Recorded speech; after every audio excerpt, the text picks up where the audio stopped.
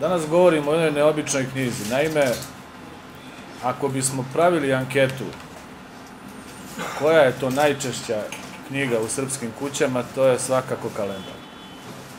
I to je zapazio i u 19. veku Vuk Karadžić, koji je sa svojom danicom i sa svojim narodnim kalendarima faktički uspeo da objedini ono što je bitno za život, a to je da lociramo sebe u vremenu, ali da lociramo sebe i u pamćenju.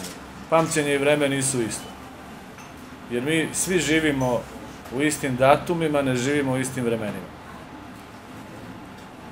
Kalendar koji je pred nama jeste u stvari knjiga koja objedinjuje i ono što je činjenica prolaznosti vremena, znači datum i mesec i dan, i ono što je dugogodišnje vekovno pamćenje, verovanje i varovanje srpskog naroda.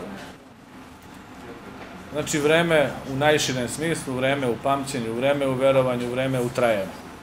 Tradicija je, kako je to rekao jedan veliki mislilac, nije nikakva istorijska emocija, tradicija je večiti spokoj istine. Takav odnos prema tradiciji gaji i autor ovoga kalendara, takav odnos prema tradiciji gajimo mi u Službenom glasniku i takav odnos prema tradiciji ne planiramo da napustimo. Upravo ovo nije običan kalendar, iako će vam on vrlo precizno reći u kom danu trenutno živite i koji će dan doći naredni i koji mu je prethodio, međutim reći će vam mnogo više kakvo je pamćenje tih dana u srpskom narodu, kakvo je pamćenje tih dana u hrišćanskoj tradiciji i u nečemu što takođe jeste vrlo prisutno kod Srba, a to je jedno latentno pagansko nasleđe koje se uvek, kako je to sveti vladika Nikolaj Velimirović rekao, kalemilo na zdravu grančicu hrišćanstva. Upravo tu meru između nečega što je konfesionalno i nečega što jeste u stvari primordijalni sadržaj narodnog pamćenja je uspeo da nađe Dragomir Antonić u srpskom narodnom kalendaru. Znači, ovo je knjiga koja će vam pomoći, koja će vam uvek biti pri ruci, međutim, ovo je pre svega knjiga, kakva to knjiga i treba da budu za čitanje.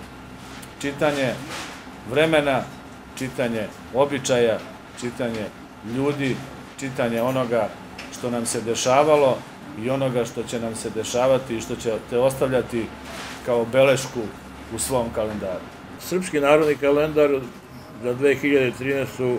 je samo nastavak nečega što je počelo još u 18. veku, što je počeo Zahari Oršvelin, nastavi Vuk Karadžić i to je jedan deo, sastavni deo srpske tradicije.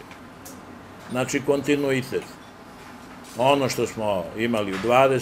19. imat ćemo i sad i ja se jednostavno trudim da budem nastavljač naše tradicije, čuvar tih naših običaja i da ih u pisanoj formi prilagodim i ponudim čitaocima da znaju šta su naši preci mislili.